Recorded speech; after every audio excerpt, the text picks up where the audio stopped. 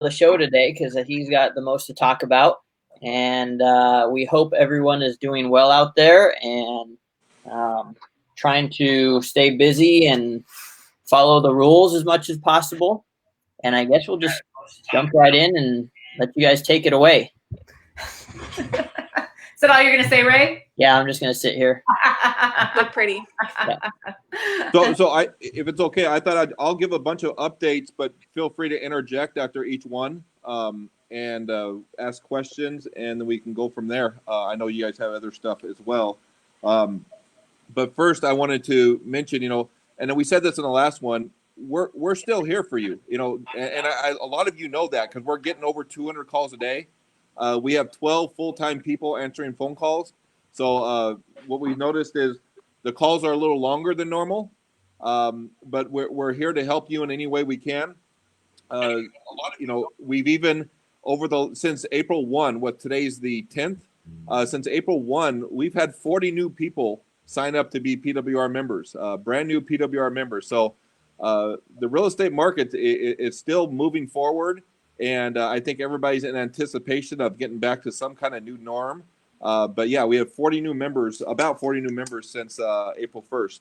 And we mentioned last time that we started shipping products. So if you need anything from us, give us a call. We'll ship those products to you.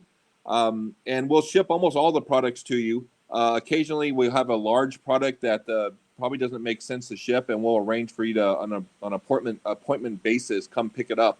We'll set a time, and you can work with our person to make sure you get that product. But our store is open virtually, so if you need anything, let us know. And we are doing anywhere from 5 to 10 orders a day. So people are using the service, and please contact us. We'll get you those products you need.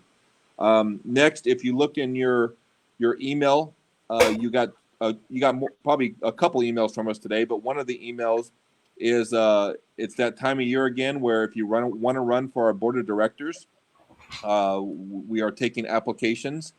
We are taking applications till I believe it's the 22nd. Don't quote me on that date, but it's a week from Wednesday. So if you're interested in running for our board of directors, and we've already had people apply, it's only been out for about an hour now. But please apply online for our board of directors, as well as we also get a certain number of National Association of Realtors directors. So, and Barbara is one of them for us this year. And so if you're interested in applying for one of those as well, that application is there as well. I also want to mention that we're fortunate in the area we live in where we're still able to practice real estate. Some of the areas out there are making it a lot more difficult to practice real estate. CR came out with some great guidelines on what to do to keep yourself safe and keep your clients safe. If you haven't seen those, please take a look at those. We've sent them out a few times, and they're on our website. But Orange County and LA County are kind of mirroring each other right now. LA City is different than LA County, as well as if any of you are doing business in the desert has taken a position similar to LA City, where kind of locked you down and not able to practice at this time. But when we get any information on anywhere, we'll get it out to you right away. But we're able to do that because we are practicing it safely. So continue to practice very safely. Do what you can virtually. You can almost do everything virtually. So please continue to do that as much as possible, because that's what's going to allow us to continue in the manner we currently have, and hopefully it's not too much longer. But at least we can do some of the day-to-day business that we normally do. I also want to mention, if you go to our website, right in the middle of our website, there's a red bar that goes across that says COVID-19. Click here to learn more. That's where we're putting stuff on a daily basis up there regarding real estate. You probably visit a lot of different sites that have all this different information. But if you're looking for just real estate specific information on the COVID-19, please visit that site. A friend of mine said, I had no idea I was so important until I started getting all these emails from CEOs of all these companies letting us know what they're doing. So this is where we're talking to you on what you can and can't do in real estate, and ways you can go about doing your business in the manner you're doing it. I also want to promote our next really big event, and we're having stuff almost every day, but I want to say really big event is April 15th. April 15th, we're having a legal update. We are having our association attorney will be speaking with you, as well as the head attorney for CRMLS. And Ed Zorn will be talking about the clear cooperation, and you'll be able to ask questions. The event is from 10 o'clock till 1 o'clock. We just sent the information out. I think it was yesterday. It might have been the day before. I think it might have been Wednesday. And within about a half a day, we had 400 people registered for that event. So we're expecting a couple thousand. Make sure you get on. There's going to be some great information. Again, from 10 to 1 on April 15th. And you'll get a lot of information on the clear cooperation, as well as practicing real estate during this time. And you're going to be able to ask questions through the chat feature. Speaking of attorney, is he on the, do we know if he's on the call yet? I'm sure he is. And then the other thing we want to mention is feel free to make comments, and we'll answer questions as we go along, because on our last one, we got a lot of interaction and lots of questions, and haven't seen anything pop up yet. Yeah, and if any of you are also on any of our watch parties, I know all the three of us started watch parties, you can message us there. But I did just get one comment text to me, Phil, just for clarification. Palm Springs is not allowed to work. The rest of the desert is. Thank you. So, Thank you. Okay, good to know. So it's good. We are live. We are live. Okay, yes. Good. You are listening. You've been talking to yourself. Here, I can do it again. You filled us in a second time. I do want to mention some state stuff. You know, one of the big hiccups when it comes to being able to do everything virtually is the notary portion of it. And, you know, there's a number of states that have eNotary. California is not one of them. You would think that, you know, the tech hub we are in the Silicon Valley area, that we would be able to figure this out. But I know CR is working with the governor's office, as well as we're looking at a long-term fix so we can have eNotaries in this state. I'm not sure how many other states. I want to say it's like 20, but I'm not sure how many other states have it. But there's a lot of other states that have it. And that's one of the things their state association is working on for us. And then, Phil, on that standpoint, NAR is working on some general guidelines for each state as well that will cover nationally. Yeah. Awesome. And then there was 2 new forms released yesterday on Zip Forms. They are the NTAP. They're both property management forms, by the way. But the NTAP is a notice to tenant of ability to pay rent during this pandemic. And there's also the RPD, which is rent payment delay. So if you're in any kind of property management business, take a look at those forms. They should help you out in that. And I think that's the total of 6 now, I think. There might be a couple more, but I think that's a total of 6 recent forms in the last couple weeks CR's come out with to help in the property management business. A little bit of good news. Some of you might already heard this. The federal government has delayed your estimated quarterly tax payments. Your first quarter and second quarter have been delayed until July 15th. They delayed the first quarter till July 15th, but they didn't delay the second. So the second quarter was actually due July 15th. So June 15th. So they delayed them both till July 15th when it comes to your estimated tax filing for those that do that. And then one of my final things for our state is, you know, with the stimulus package that did pass, it included independent contractors. That has never been that I know of included before when it comes to independent contractors be able to file for unemployment insurance. Now, with that becomes some problems because no state has been set up for filing for independent contractors. It's always been just people that W-2s that have paid into the system. So there are 4 states, and don't ask me which 4 they are because I don't remember, but there are 4 states that have figured out already, and they set it up, and independent contractors are able to file, but California is not one of those 4. The CAR is working with the EDD trying to get this up as soon as possible. I know it's tough, but we're working as fast as we can to get this up so people can file. And once we get more information on that, we'll get that out to you. But as of right now, if you're an independent contractor, with almost all realtors are, you do qualify, but California is not set up for you actually to file anything to start that process. And we'll keep you posted on that. Yeah. That kind of wraps up most of what I have. I don't know if there's any questions. Wraps up Phil's report. I don't know if the members have heard you talk so much before. I know. So. Oh, wow. Well, I got my water. My mouth's kind of dry right now. Your report.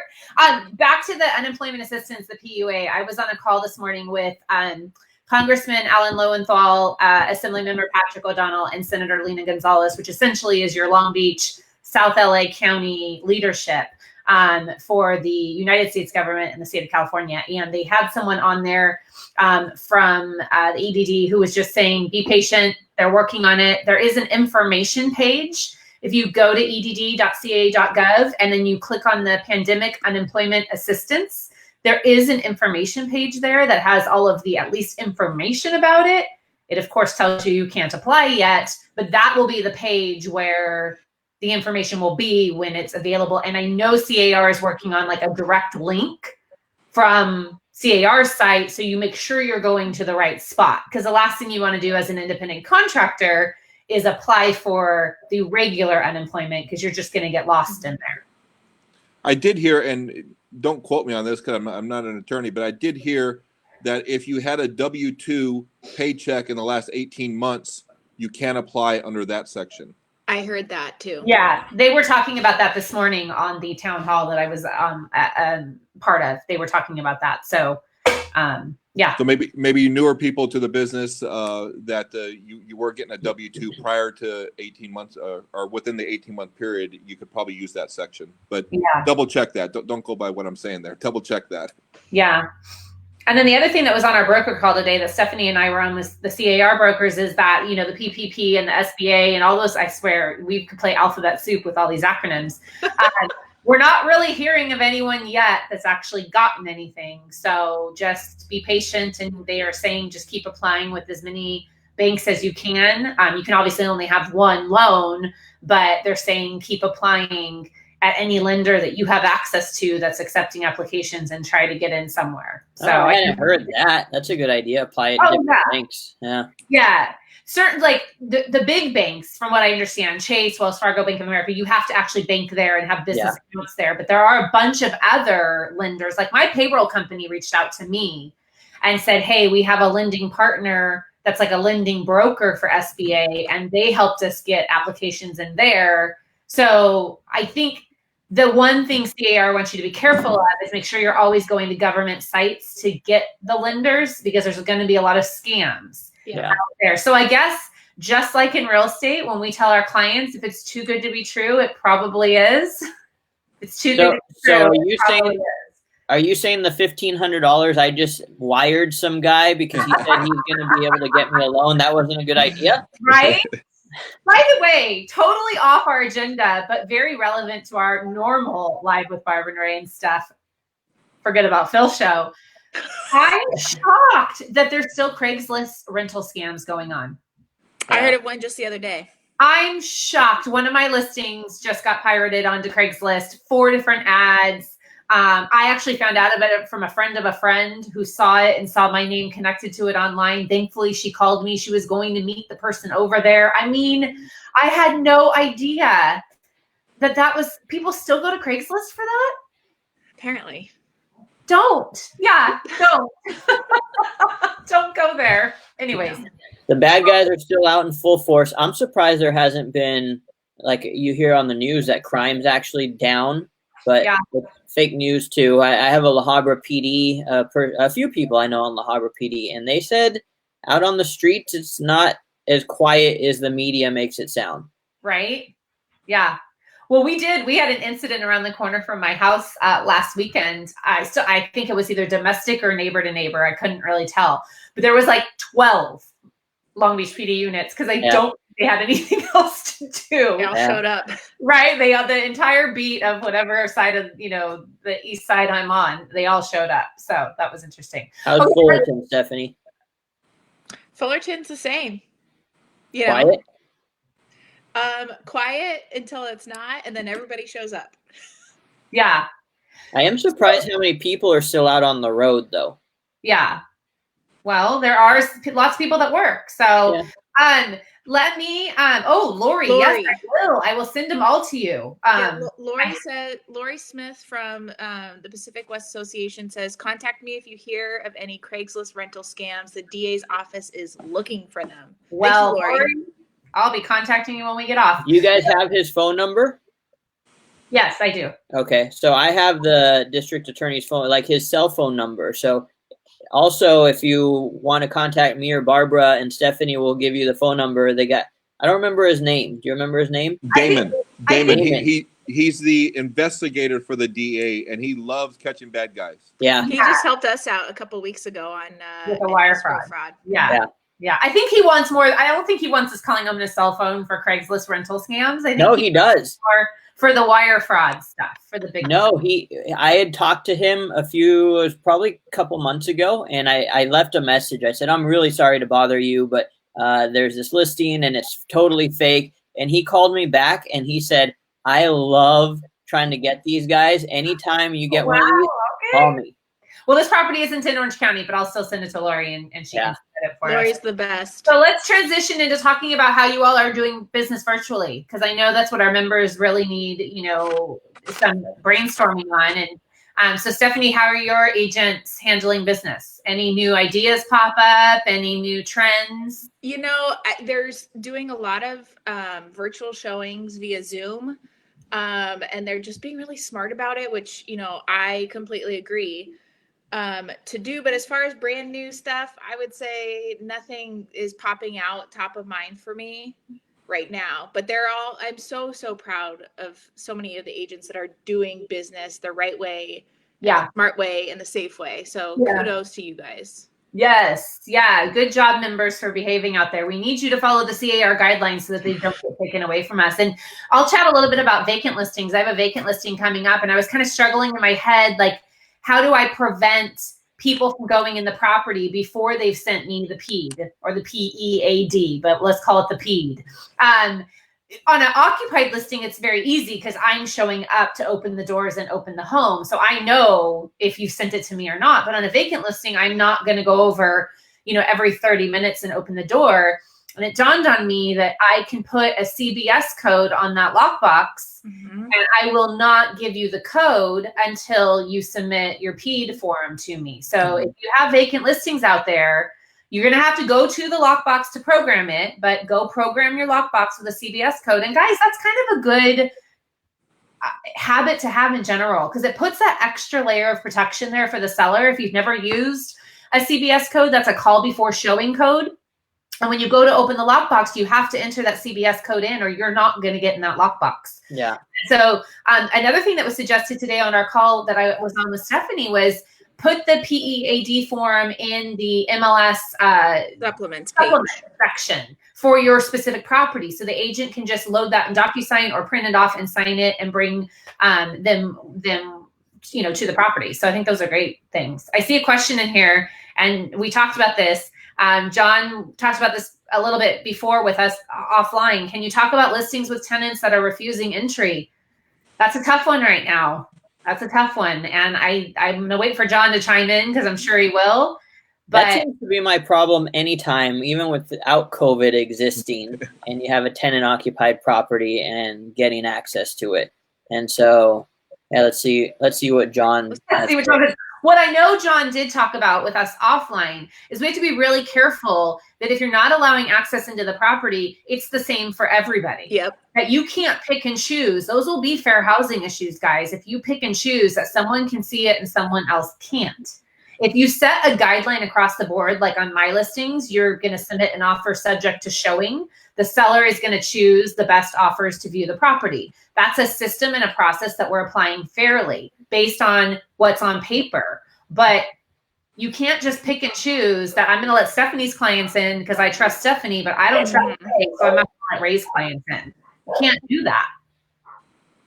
Most asked question, if they say no, honor. So John's saying if the tenant says no, abide by it. There you go. There's your answer from John's mouth. But he didn't just mention on April 15th, log on to that call and you can hear more about that. Yeah. Perfect.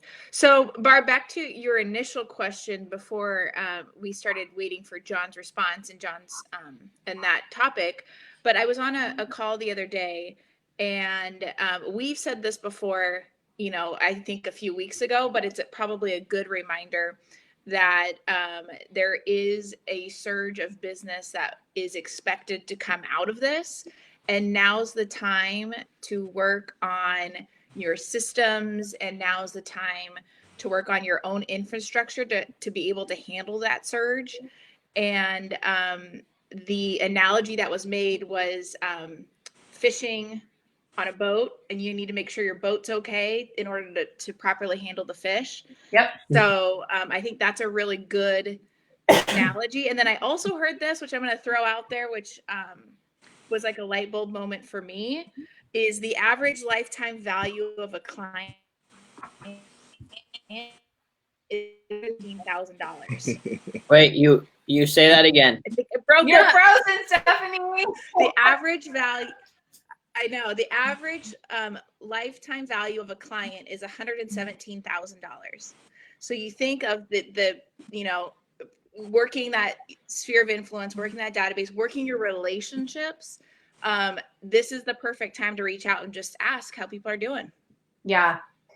Well, that's the thing I want to express to all of our members is, a lot of your business practices have been shut down because of COVID-19. So let's just think about this. If you relied 100% on open houses for your stream of potential clients, that's shut down right now. If you relied on door knocking and farming, you shouldn't be doing that right now. Direct mail, you could obviously, and Ray, I'm sure you're still mailing into your data, or are you? That's I cut back. You've cut back? I cut back, and I've been on like top performing agent mastermind things where they are doubling down on their mail, and I kind of look at it like, the other day I was getting my mail and realized there's nothing in my mailbox lately, and so it probably would be a good opportunity to, but at the same time, I'm gonna kind of save my money and picking up. Maybe then I'll double down when things are picking up. But. Well, I think that's important. What you're saying is, I believe it's all dependent on what kind of message are you putting out there, right? Mm-hmm. If it's just heavy real estate and heavy sales, that's probably not the right message to be sending right now. I do business relationally. I don't farm. I don't direct mail, but I do mail to my clients. And my next postcard going out, which we haven't done one since this started, is a bunch of us on the front with the Bitmoji with the air hugs, the little air hugs Bitmoji, and it's us all around the card, and it says virtually sending you love. Something that's very relevant to what's going on right now. So we're staying in front of our clients, but not saying, hey, do you know anyone who wants to buy or sell a home right now? That's not the message we should be sending. But going back to what I was saying, if the way you did business is completely shut down right now, and to Stephanie's point, and I'm the relational junkie, you've got to get to know your database, learn how to work a database, and use this 30 days to get your database in order. If I had to give you one piece of advice that is recession proof, is your relationships. Yep. Your relationships are recession proof. You just said it, Barbie, learn how to work your database. And if you don't have the time now to figure out how you're going to do that and how you're going to keep up with everything when, it gets crazy, when do you truly have the time if you don't have it now? So. Yeah, exactly. And, I heard something recently that really struck home to me. And it said, the person said, if you can't, and unfortunately, I'm getting a text message of breaking news that LA County is now extending the health order through May 15th. Oh, geez. So with that said, I'll rephrase what I was just going to say. If you can't have a pause in your business for now, let's just call it 45 days, then and if that's going to create, and this is hard for, I'm sure, some people to hear, but I'm going to say this from my heart. If you can't have a 45-day pause in your business because of your finances, then you had a financial crisis before this. Yeah. Right. If your business is going to be torn apart because you have a 45-day pause then your business wasn't in order before this. And what I'm telling all of my realtors and realtors across the country to do is take this for, I'm really unhappy to say 45 days right now, but take this 45 days to hit the pause button and figure out where you need to shore up your weaknesses. Yeah. Like if I had to give one piece of advice, it's use this time to figure out where your holes are and where you need to plug up and you need to be better. 100%. And now we can talk about May 15th.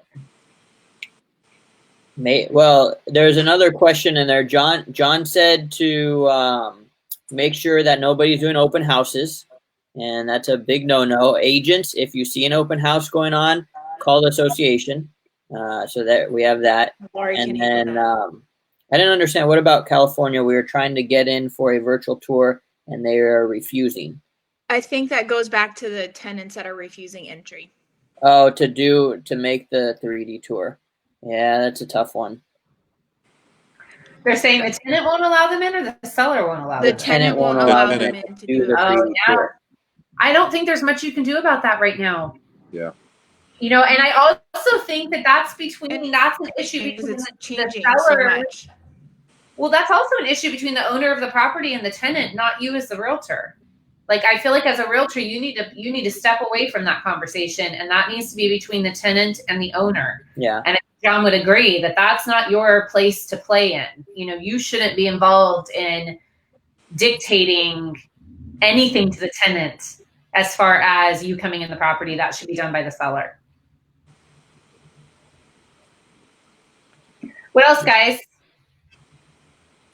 They extended the deadlines for 1031 exchanges. Yep. That's fantastic news. Oh, I didn't know that one. So what is it now? July 15th. July 15th, it's a big day. So if you're in the process of a 1031 exchange, you just got those days added on to everything goes to July 15th.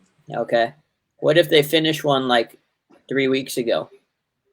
So same, you're in process? Yeah, you're in process. Okay. All right. Yep.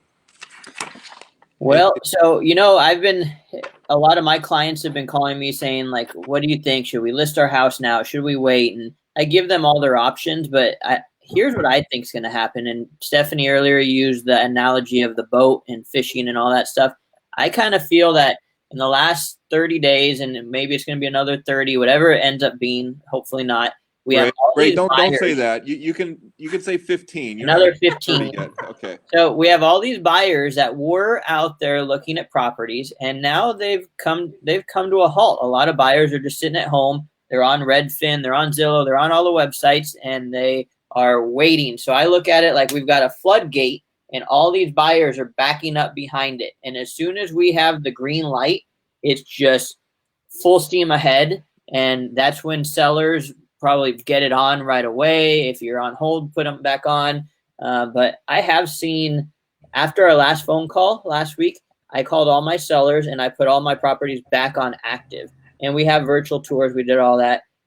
I've had 2 showings since then, and they sent me the PEAD, and when they wore gloves, they did all that stuff. But people are just staying home.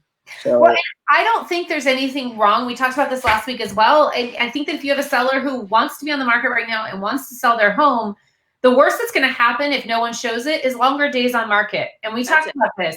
If in June, some realtors or clients telling their realtor, well, it's been on the market for 75 days. Do you think we can get a price reduction? Well, I would hope you'd acknowledge and point out that, do they understand what we just went through for the last 45 or 60 days, right? Yeah. I don't even have a lot of clients when I'm working with buyers, and it could just be my buyers. It could be how I educate them. I don't know. But most of my buyers could care less about days on market. They just found a home that they want to buy, and the offer that they're going to make is the offer that they're going to make. So what's good about your homes being on the market, Ray, is you may find that golden buyer, right? And if not, oh, well. Yeah. They'll come around, like you said. That floodgate will open, and they'll come back around. Yep. It kind of reminds me of selling a home during the holidays. Those that are on the market are seriously want to sell their house, and those that are looking to buy a house really want to buy a house. So, not to compare it directly, but it reminds me, people that want to sell are going to sell, and people that want to buy are want to buy. Yeah, it really is like the holidays right now, because the most serious buyers are out there, and the sellers with an actual need to transact real estate right now are the ones that are listing. And like, think about it. We really don't think twice about putting a vacant home on the market over the holidays. It's those occupied ones that you don't want to take the, photos with the Christmas tree in the living room that you kind of push off until, after the holidays are over. So I agree with, look at you, Phil. You don't even sell real estate. I don't even sell real estate. I know. Look at you getting all into the marketing and sales techniques. And I didn't hear that anywhere else. I just made that up right here. Well, you said something earlier. Just as a home owner. And what did you say? Like, if you wanted to sell your home, what did you say to us earlier? I don't remember. You don't remember? It was really good, though. It was really good. You basically said that I think if I was a seller who wanted to sell my home right now, I'm going to allow responsible showings because I want to sell my house. Yeah. Because if you did say that, you shouldn't be on the market. I did say that. I said he did say that. He did say that. It says, I'm thinking homes listed for sale, buyers should offer contingent on inspection, longer inspection periods. Yeah, Nancy, and that's something we talked about last week. That's what we're doing on all of my personal listings is we're doing 3D tours and Matterport tours so you can take a full tour of the property. And we're actually asking for offers subject to showing, not subject to inspection, because inspection means something different than just viewing the property. And I think that those can get confused. Because we're not fully negotiating the offer prior to them seeing it, because I think that might waste some time. But we are asking for offers subject to showing to show the real intent to want to purchase the property. I love that difference though too, showing versus inspection. It is a huge difference. Like, we're used to subject to inspection for tenant occupied properties and things like that. But we're not used to it on owner occupied. So subject to showing has really worked for us. And again, that way the seller knows proof of funds, they know down payment, they know what kind of loan they're doing. If it's a loan that I'm concerned about, I can call my lender and say, hey, is this loan even being done right now? I can do some background before we, and like I tell my clients right now, it's to avoid a train of people through the property. Right. Mm-hmm. If the seller comfortable as well, that we're only going to let the most qualified, ready to purchase buyers. And we're going to avoid, although I don't think looky-loos are out there right now, but we're going to avoid those wasted showings. I did not just freeze again, but I was. So going back really quickly to the days on market. I think as a listing agent, it's a great time if you do have listings that have been on the market for 30, 60 days to go back and look and see how you can refresh them for this current market, different marketing, virtual tours, all of that stuff. So don't forget about any current listing inventory that you may have taken prior to what was going on now. I do. Yeah, that's great advice in just any kind of market. If a property is sitting, moving photos around, really making sure the best photos are there, changing, if the description maybe doesn't fit the property, maybe you don't have all the right categories clicked in all the different, things that we can pick in the selection fields. I think that's fantastic. John's also mentioning no matter who goes in, get the PEAD. 100%. Like, everyone is signing that. Inspectors. Mm-hmm. And that brings us up a point that John and I have been going back and forth with throughout the week. Some inspectors I'm hearing are telling realtors that their association, ASHI or CREA, I think that's how you say it, is telling them not to sign it. He has gotten direct communication from the president of CREA, the one that starts with a C, that is not what they're telling their inspectors. My inspector wouldn't sign the PEAD, but he did have his own version that stated essentially the same things. So I believe everyone should sign it. Everyone should sign it before they go into the property. Agreed. We have another question here. Non-essential businesses closed through May 15th. So yes, we just heard that as well, Katie. It's fantastic news on the Live with Barbara, Steph, and Phil show today. But again, realtors right now are classified as essential. So you are correct. We're non-essential. We just heard that. But being real estate, we are still classified as essential. And I believe, was that just for LA County or was that the state? It just said LA County on what Lillian sent us. So okay. It says specifically, stay-at-home order extended. LA County extends health order through May 15th. But again, it's extending the health order. And that's the other thing. I think, the health order, it's an order from the health department of what businesses can be open, what businesses can't. So I guess it's just going to be business as the way we're doing it right now through at least May 15th. And frankly, I suspected that would happen. Yeah, I think that's what we're going to see across the nation, though. You're going to see some states, start going back to business as normal. And then you're going to see some states that are going to take a little longer. It's just kind of going to depend on what's going on in that state. But California's doing really well with our cases and our numbers. That's what frustrates me. I mean, personally, we're doing really well. And we're the ones that are going to extend out. I mean, we know everyone else probably will follow us. But I know we're not going to, bet on when we're done with this. But, May 15th, that just seems like a long way away. Hey, you should have 3 kids at home. Yeah, I don't. Yeah, 2 older children, thank goodness. 3 kids. You have 2 kids and 1 adult. Yeah, he's more like a kid. He's not watching this, so. I can't wait to tell Colin what you just said. Ray, how are you doing at home with 3 little children? It's a madhouse.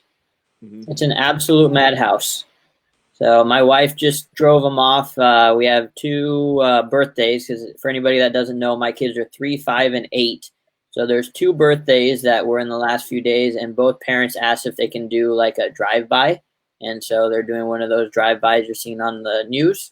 They're doing one of those right now. Yeah, so, the rain's made it hard this week because, yes, they usually can get out and stretch their legs, and they've been stuck inside, and they definitely have cabin fever. Yeah. We're doing a lot of Legos. I have cabin fever. Don't you guys have cabin fever? Oh, yeah. Yeah. Yeah. I mean, this is Stephanie. You don't have cabin fever? Not yet. Stephanie's got an acre. She can just go out in her backyard. Stephanie, if you guys don't know, Stephanie has goats and chickens and cats and bees. Bees, yeah, she has bees too. And Kevin. And a dog. Kathy has a question on here that says, I heard many appraisers charging money to do appraisals. Well, don't they always pay for an appraisal? Well, I think she's putting the extra dollar signs like they're charging more. Oh, more. Yeah. Oh, yeah. I haven't had any issues with appraisals getting completed. I haven't seen that. Yeah. I've been talking to my personal appraiser, personal meaning the one that I would refer a client that, a divorce or a, date of death. Not like I have a personal appraiser, but talking to him, he says that he's busier than ever because he's one of the ones willing to go out, but he hasn't mentioned that they're charging any more to do them. He did say that if you do get a desktop, someone wants pictures of the goats, Stephanie. If you do get like a desktop or a drive-by, people are thinking they want to recapture them. And he said people don't understand that I have to do the same amount of work. Like, I just physically don't go in the house. But don't think that if you get a drive-by appraisal, that means they don't do the same report. They still do the same report. They just use the MLS photos and the exterior of the property. So, John took a picnic lunch to the doctor because he was so excited to get out. There's Kevin and the goat. There's Kevin and the goat. Are they best friends now? They are best friends now. Yeah. That's Gregory the goat. Gregory, August, and Todd. I love those names. Stephanie, do you leave the goats with the Kevin all the time? No.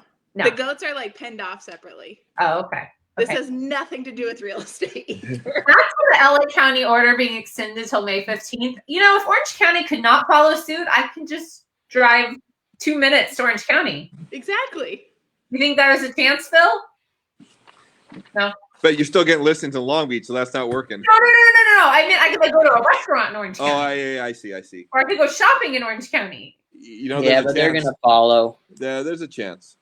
So John says people should be careful of price gouging during the pandemic. Obviously, it could be criminal charges. So stay tuned about that. And hopefully, Kathy, what you said is not true. Like, hopefully, it's not the truth.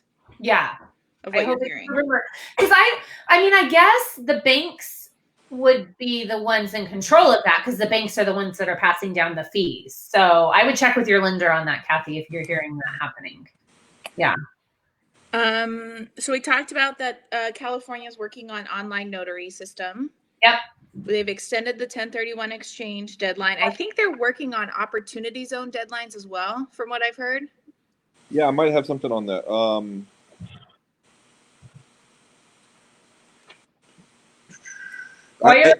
I have that they extended that with the 1031 exchange to July 15th for the opportunity fund investments. Is that what you're talking about? Yeah. Yeah. Yeah. And the other thing that we forgot to talk about, Stephanie, was if you guys haven't heard or listened to, Brian Buffini has been doing some fantastic podcasts. Going back to Dr. Lawrence Yoon, the second one he did was with Secretary of HUD Ben Carson and the FHA, like second in line to the FHA. And then he did Vince Malta, our NAR president. And then he just did what is her official position? Senior Vice President of Government Affairs. She's the highest up in the lobbying effort at NAR. Her name's Shannon McGann. She's brilliant. And he did a fantastic interview with her. So if you've ever wondered what NAR's core function is, which is advocacy, and how crucial they are to the inner workings of helping not only realtors be essential, but also mortgages, money for FHA, the pandemic unemployment assistance, all of those things that benefit the housing industry, go listen to that podcast. It's fantastic. And Phil and I have met her, know her personally, and she's a fantastic person, super smart.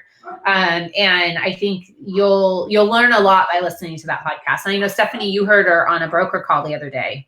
I did. And I think it just goes to show you what our realtor dues, what our contributions to RPAC are going towards. It's moments like this. And, everybody from a state level to the national level is fighting incredibly hard for us. Yeah. And then lastly, John has just confirmed what we kind of knew, but we weren't 100% sure, that the new RPA guys is being pushed to 2021 because of the pandemic. So I guess all that training we were going to do, get the calendar cleared, Phil. Yeah. And December 2021. So we're at the end of next year. Wow. Man, it's really windy outside right now. You guys getting that, or is it just my house? I see black clouds. Just it's yours. A little windy.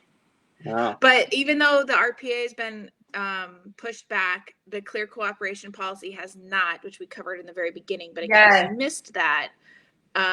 Next Wednesday, is that the Wednesday? Correct. Next Wednesday. Yeah. From 10 to 1. Make sure you register. An email went out the other day. Yeah, and if you can't be there on that, make sure you go to CRMLS's website, go to PW. Like, you need to read up on this, you guys. It's the biggest fundamental change that I've seen in a very long time of how we are going to actively list property. And there's a whole new registered section, active section. There's coming soon section. There is a lot of stuff happening. And so you need to learn it and be aware of it, because May 1.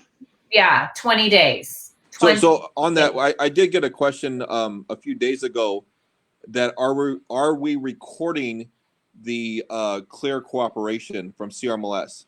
And I spoke to them because they haven't recorded anything, and their plans are they are going to record something. They're actually, all the training they're doing right now, they said, you know what? We're getting really good at it, and we're going to record one in the next week or so, and then we'll have that one that we can send out to everybody. So we don't have a recorded one yet, but we will have one to be able to send out. Yeah. Because, and the couple that Jeff did for PWR were fantastic. I was on both of them for a period of time, and it was great questions by the members. I think that members, they do understand it. I think the biggest confusion is going to be in the coming soon area, which we would expect would be the biggest confusion. And just know from kind of an overarching is if you choose to put it in coming soon status, no one can show the property, including you, listing agent Ray. I'm just pointing at you because you're the only practicing agent on the call. So Ray has a listing and he puts it in coming soon status. And I call up Ray and I want to show it. I can't show it, and Ray can't show it to anyone either. So that's just kind of a little sneak peek in why. And if you're wondering and you're confused, what are you talking about? That's why you need to join us on April 15th. Yeah, it'll be a good one. So let me go back and see anything else. We've been doing these for the last, 3 weeks, weekly? Yep. If there's anything you guys would like to see us cover a little bit more in detail, give us a heads up so we can put something together. We'd be more than happy to do that. But with that, anything else, guys? Today's tax day. Just a reminder to pay your property tax. Yeah. I mailed mine. There will be, I talked to my title rep at length yesterday, there will be a portal tomorrow for forgiveness of the penalties, but she wasn't sure what the official forgiveness would look like and who would qualify and who wouldn't. So again, if you can pay your property taxes, pay your property taxes. Yep. Yeah. Yeah. Same goes with your rent and your mortgage too. Yep. I like Denise's comment. I'm sure you do, Ray. Yeah, I have a lot of opinions. But we'll keep them to ourselves. All right. Well, are we all wrapped up? Do we have any more good information to pass on to our membership? I have one more thing. I was on a call with Lawrence Yoon, chief economist, NAR, the other day. And he said, as of, again, this is 2 days ago, that they're expecting robust job creation within a few short weeks after this is over. And of jobs. Well, we couldn't hear half of what you said. My internet is killing me, guys. Stephanie, I think every time you say, I have this great information, that's when it freezes. Don't say that ahead of time, and then we should be okay. I should not prep the system. Yeah, don't tell people. Start talking. 90% of jobs are estimated to be replaced by the end of summer. So like a good quick bounce back. Good. Yeah. I am hopeful for our future. I really am. I'm hopeful for real estate. I'm hopeful for our future. I think housing, I agree with Ray. I like his floodgate analogy. I think that was fantastic, Ray. I think that going back to what Stephanie and I were kind of honing in on, which is shore up your weaknesses now.